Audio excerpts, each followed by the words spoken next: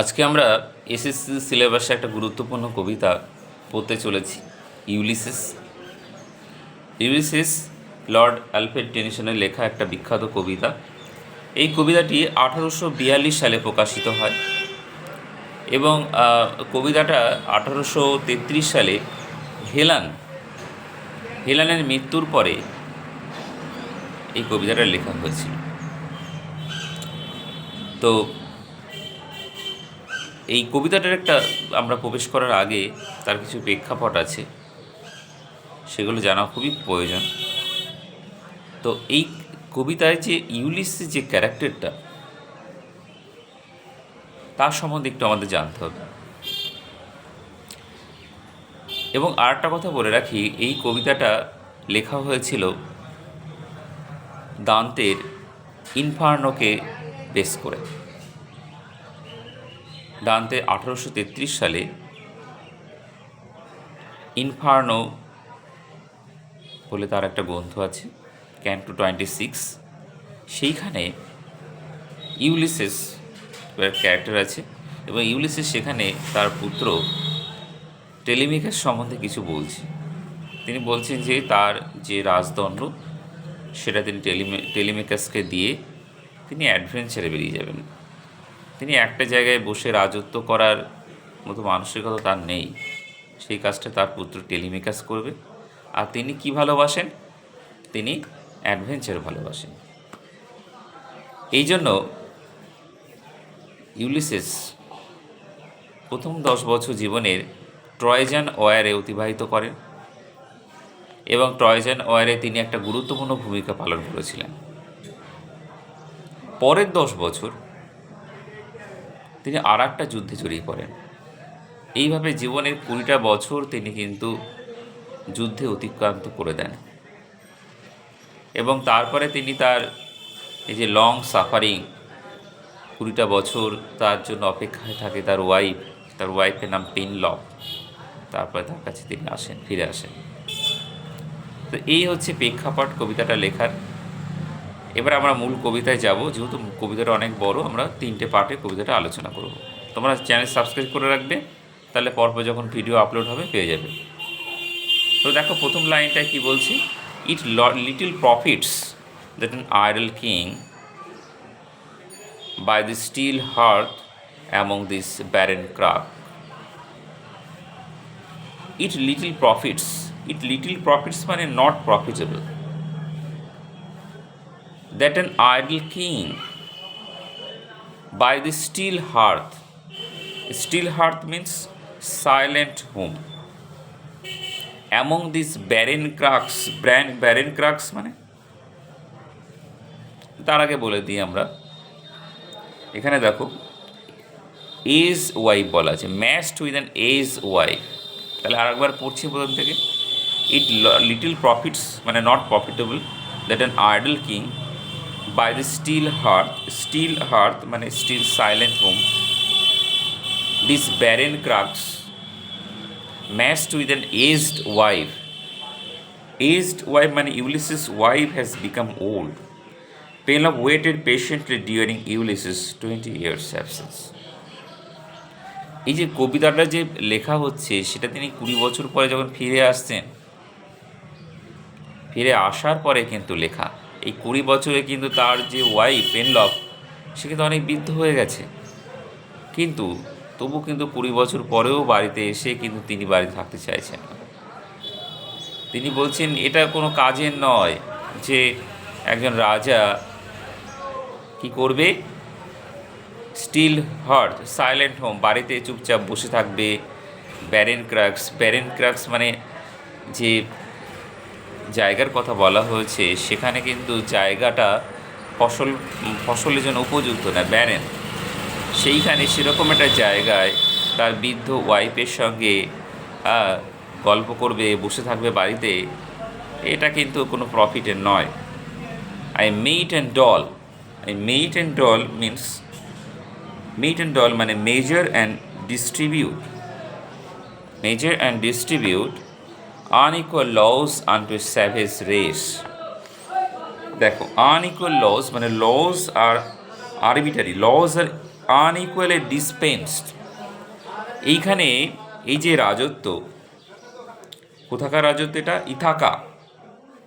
Ithaca বলে একটা রাজত্বর রাজা ছিলেন ইউলিসিস, এবং সেইখানে যে ল্যান্ড সেটাকে ব্যারেন ল্যান্ড বলা হচ্ছে। ব্যারেন, সেখানে ফসল ভালো হয় না, এবং সেখানে যে লটা আছে, দেশের যে আইন, সেটা যে আনইকুয়াল ল। অভিজাতদের জন্য একরকমের আইন, সাধারণ মানুষের জন্য একরকম আইন। সেই জন্য বলা হচ্ছে আনইকুয়াল লস ইন্টু এ স্যাভেজ রেস। হ্যাঁ, স্যাভেজ রেস। স্যাভেজ মানে কৃতদাস। কৃতদাসদের প্রতি একটা আনইকুয়াল ল এখানে আছে। লস আর আরবিট্রারি, লস আর আনইকুয়ালি ডিসপেন্সড। এই যে এরকম জায়গায় কিন্তু তিনি থাকতে চান না। দ্যাট হুড, হুড মানে হু গ্যাদার ওয়েলথ অনলি। এমন একটা জাতি, যে জাতির শুধু কাজ কি? গ্যাদার্ড মানি, অর্থ শুধু সংগ্রহ করা যাদের কাজ। স্যাভেজ রেস দ্যাট হোড, শুধু কালেক্ট করে টাকা, অর্থ কালেক্ট করে, অ্যান্ড স্লিপ এবং ঘুমোয়, অ্যান্ড ফিড এবং খায়, অ্যান্ড নো নট মি, এবং আমাকে জানে না। Know not me, know not me, do not have any intellectual interest. Know not me, নিজেকে জানে না। নিজেকে না জানার অর্থ হচ্ছে, এটা আমাদের একটা পুরনো, আমাদের শাস্ত্র আছে, নিজেকে জানা। নো নট মি, নিজেকে জানা। নিজেকে জানে না। নিজেকে জানতে গেলে কী করতে হবে? লার্নিং করতে হবে, ইন্টেলেকচুয়াল নলেজ গেইন করতে হবে। কিন্তু তারা নিজেকে জানে না। অর্থাৎ ইন্টেলেকচুয়াল জ্ঞান লাভ করা, গ্যাদার নলেজ, এটা কিন্তু তাদের উদ্দেশ্য না। তাদের উদ্দেশ্য টাকা ও অর্থ উপার্জন করা এবং ঘুম, আর কোনো কাজ নেই। তারা নিজেকে জানে না। I can not rest from travel. আর আমি কিন্তু এই অ্যাডভেঞ্চারাস লাইফ থেকে কিন্তু আমি বিশ্রাম চাই না। আমি 20টা বছর বাইরে বাইরে কাটিয়েছি, তাতে কি আমি আবার যাব? আমি কিন্তু রেস্ট নিতে চাই না বাড়িতে। I will drink life to the lees. I will drink life to the lees, এটা খুব একটা গুরুত্বপূর্ণ কথা। দেখো, লিজ মানে ড্রেগস, আর drink life to the lees means enjoy life fully. It's good side and bad side. এখানে একটা দেখো, I drink life to the lees, এখানে কিন্তু একটা মেটাফোর ব্যবহার করা হয়েছে। এটা মেটাফোরটা কেমন? I will drink life to the lees. আমরা যেমন ড্রিঙ্ক যখন করি, সেটা শেষ পর্যন্ত, তলানি পর্যন্ত আমরা সেটাকে পান করি।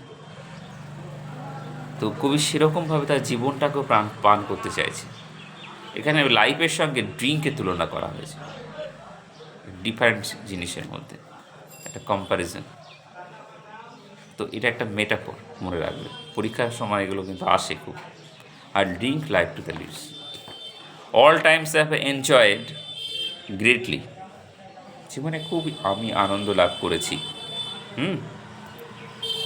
And all times have enjoyed greatly, have suffered greatly, কষ্টও পেয়েছি।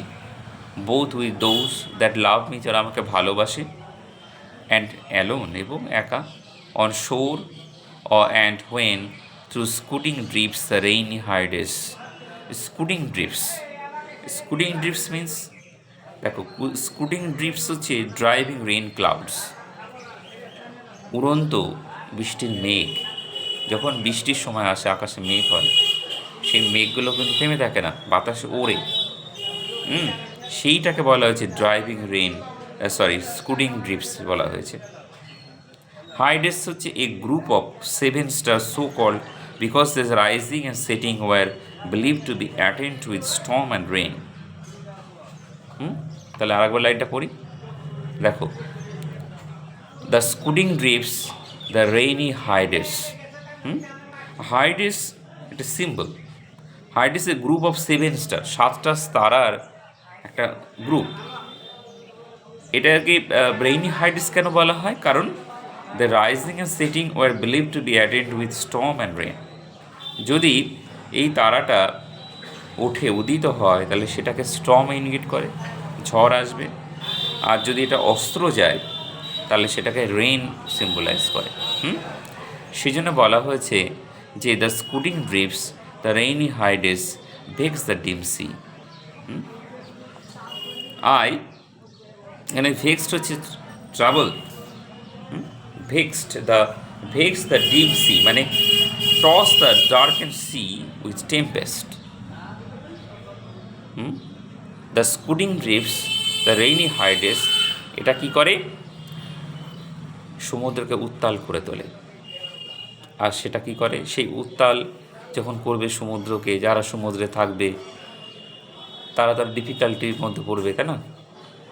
সেই জন্য কিন্তু ওখানে কবি বলেছেন যে I have enjoyed greatly, have suffered greatly, both with those that love me and alone, on shore and when through scooting drifts the rainy hides, begs the dim sea.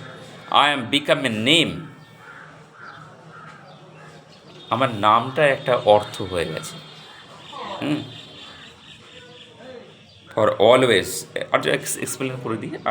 I am became a name মানে I have developed into legend, আমি একটা লেজেন্ডে পরিণত হয়েছি।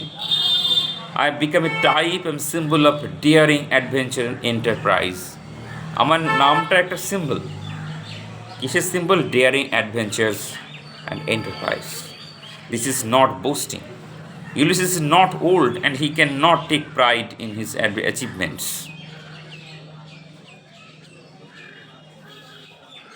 For always roaming with a hungry heart. সবসময় তিনি ঘুরে বেড়েছেন তার হৃদয় একটা খিদে নিয়ে। Must have a seen, আমি অনেক দেখেছি, and known, অনেক কিছু জানি। Cities of main and manners, অনেক শহরের মানুষকে, তাদের ম্যানার্স, আচরণ, ক্লাইমেটস, আবহাওয়া, কাউন্সিলস, গভর্নমেন্টস, কত কিছু আমি জানি। মাস্ট হ্যাভ নট লিস্ট, আমি একটা লিস্ট তালিকা করতে পারি না। But honoured of them all, সবার কাছ থেকে কিন্তু সম্মান পেয়েছি আমি। Honoured of them all. Whenever I went amongst whatever people I happen to be, I was never look down upon by them. On the contrary, I was always treated by them with honor and respect. যে কোনো ধরনের মানুষের কাছে আমি গেছি না কেন, সবার কাছে সম্মান পেয়েছি, শ্রদ্ধা পেয়েছি আমি। তারপরে দেখো,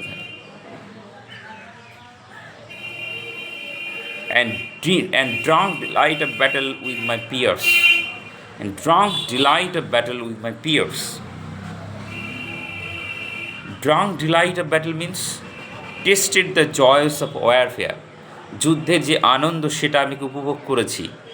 ড্রিঙ্ক মানে suggesting enjoyment is use repeatedly. There is sensuous enjoyment in his travels and fightings. এদিন এই ভ্রমণ করেন, এই যে যুদ্ধ করেন, এটাকে তিনি তার সঙ্গীদের সঙ্গে পিয়ার্স, তার সঙ্গীদের সঙ্গে এনজয় করেন। Okay, far on the ringing plains of windy Troy, এই ট্রয়ের কথা বলা হয়েছে, ট্রয়েস অ্যান্ড ওয়ারের কথা বলা হয়েছে। বলেছি না প্রথম 10 বছর তিনি ট্রয়েস অ্যান্ড ওয়ারে কাটিয়েছেন, সেটা বলা হয়েছে। এখানে রিঙ্গিং প্ল্যান্স, দেখো ringing plains, drunk delight battle with far on the ringing plans.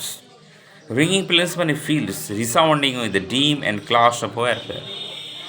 Planes মানে যেখানে যুদ্ধটা হয় সেইখানে রণধ্বনি যে বাজে, অস্ত্রের যে আওয়াজ, বাদ্যযন্ত্রের যে আওয়াজ, সব মিলিয়ে সেটাকে বলা হয়েছে ringing planes.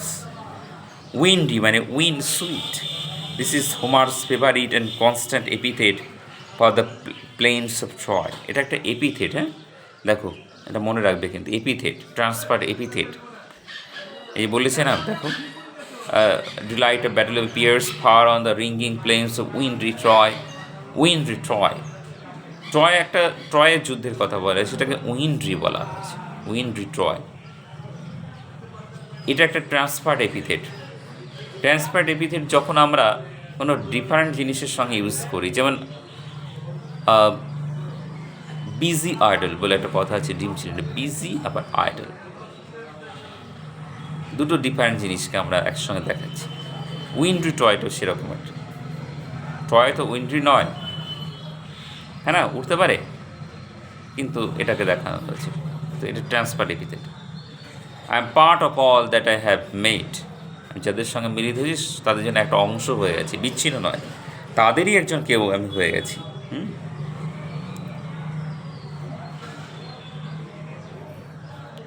I am part of all that I have made, yet all experience in ours hitherto. দেখো, yet all experience ours hitherto gleams that untable world whom margin fades forever and forever when I move.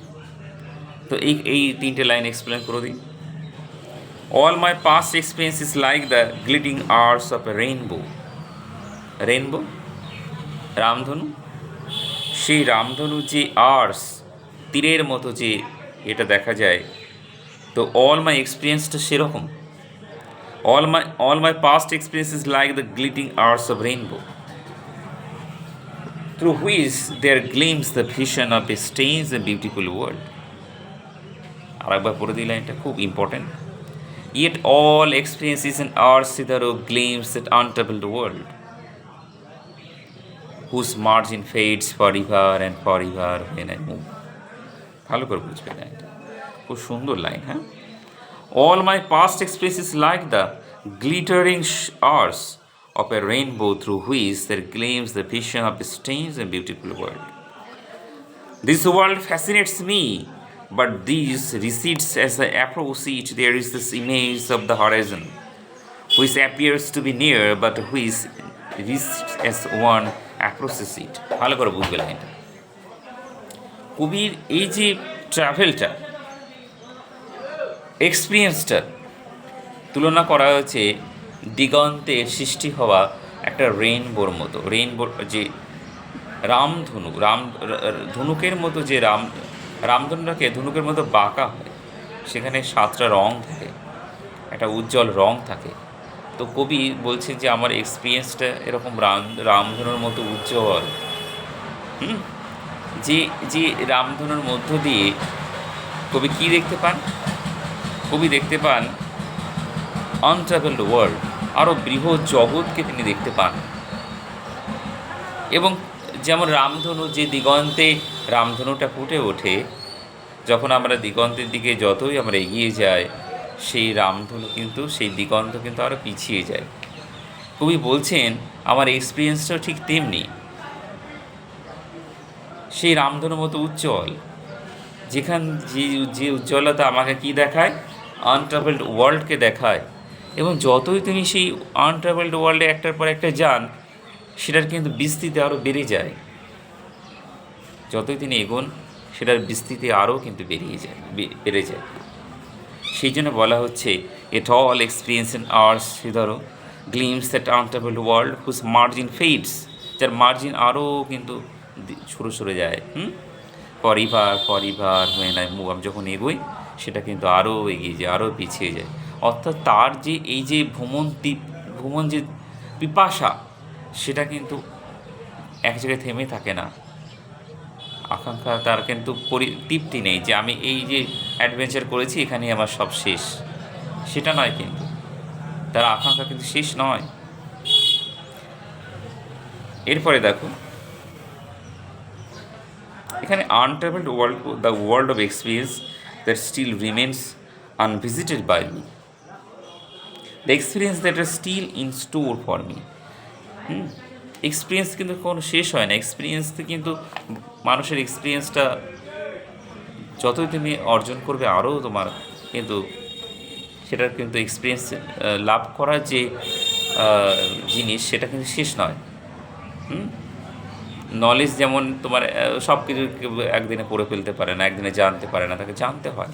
এবং জানার আকাঙ্ক্ষা যার থাকে, সে আরও জানতে চায়, তাই না?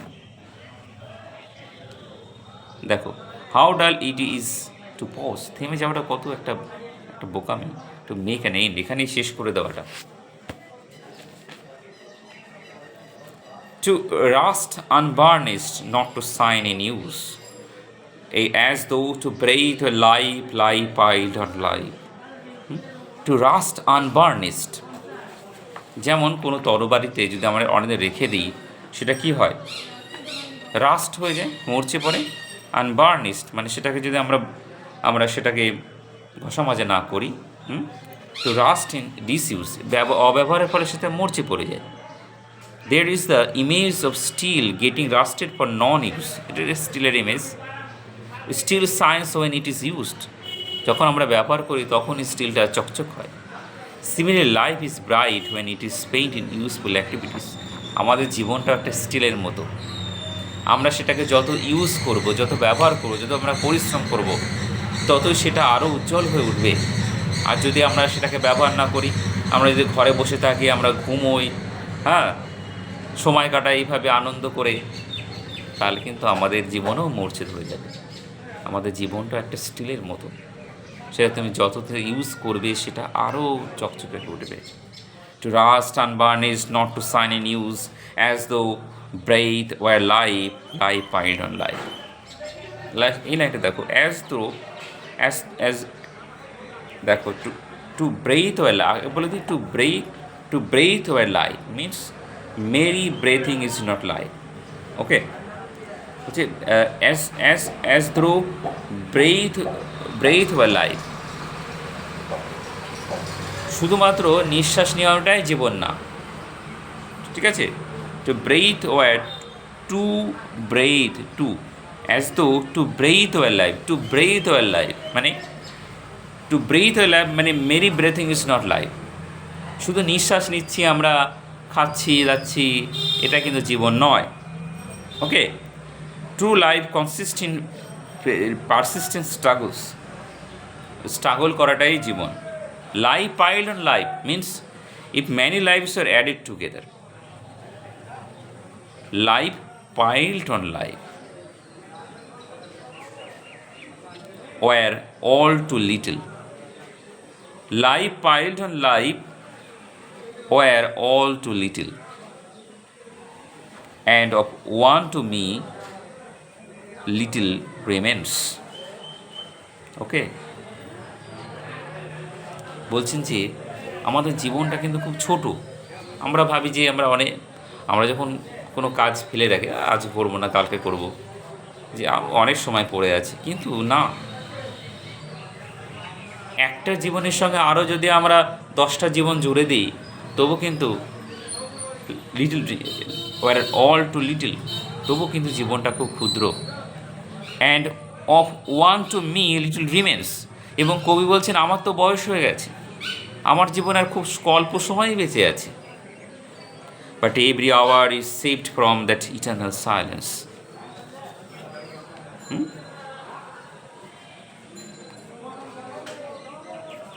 Every hour of life is an hour saved from the eternal silence of the grave.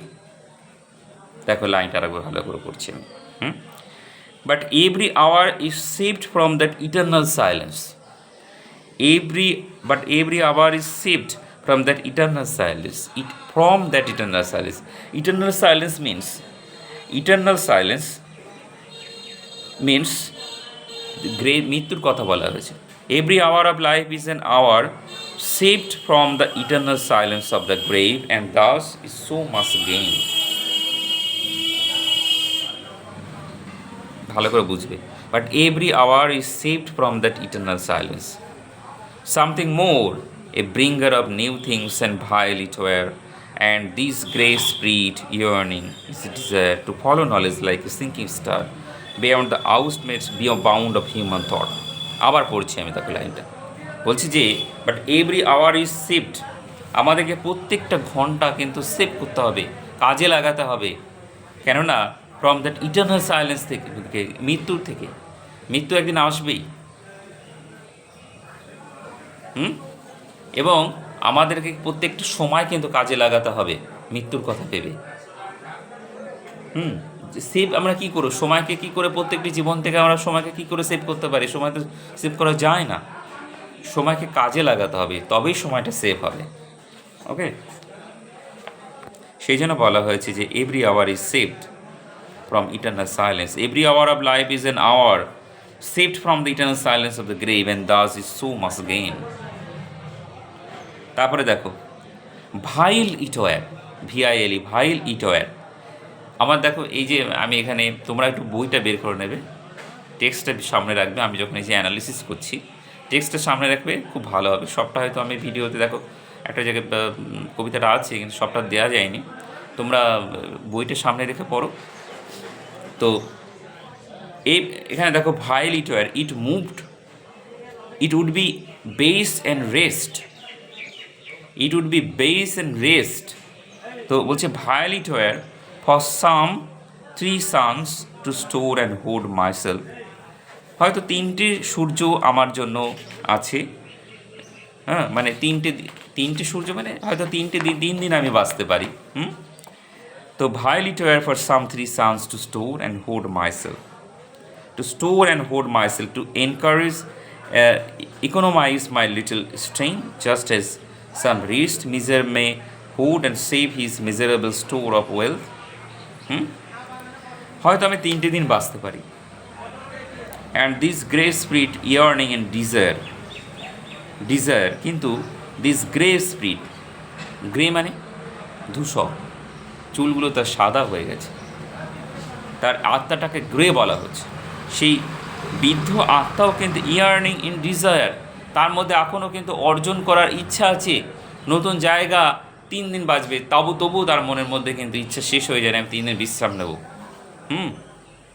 To follow knowledge like a sinking star, কবি বলছেন যে জ্ঞানকে অনুসরণ করো কিসের মতো? এই সিঙ্কিং স্টারের মতো। A star sinking in the west, যে নক্ষত্র পশ্চিম দিকে অস্ত্র যাচ্ছে, the sun setting in the west, তার মতো করে নলেজকে অনুসরণ করো। Beyond the outmost bound of human thought, চিন্তার বাইরে, beyond the outmost bound of human thought, মানুষের চিন্তার বাইরে, মানুষ যেখানে চিন্তা করতে পারে না, এমন অনেক জিনিস আছে যেটা কিন্তু আমরা চিন্তা করে কুল কিনারা পায় না। সব কিছুই যে মানুষ জানে তা না, মানুষের জানার বাইরেও অনেক কিছু থাকে। তো সেইখানে আমাদেরকে পৌঁছতে হবে। তো এই কবিতাটা মোটামুটি 50% আমাদের আলোচনা হয়ে গেছে, আর বাকিটা আমরা পরের পার্টে আলোচনা করব। তো তোমরা চ্যানেলটাকে সাবস্ক্রাইব করবে নতুন নতুন ভিডিও পাওয়ার জন্য। Thank you for watching.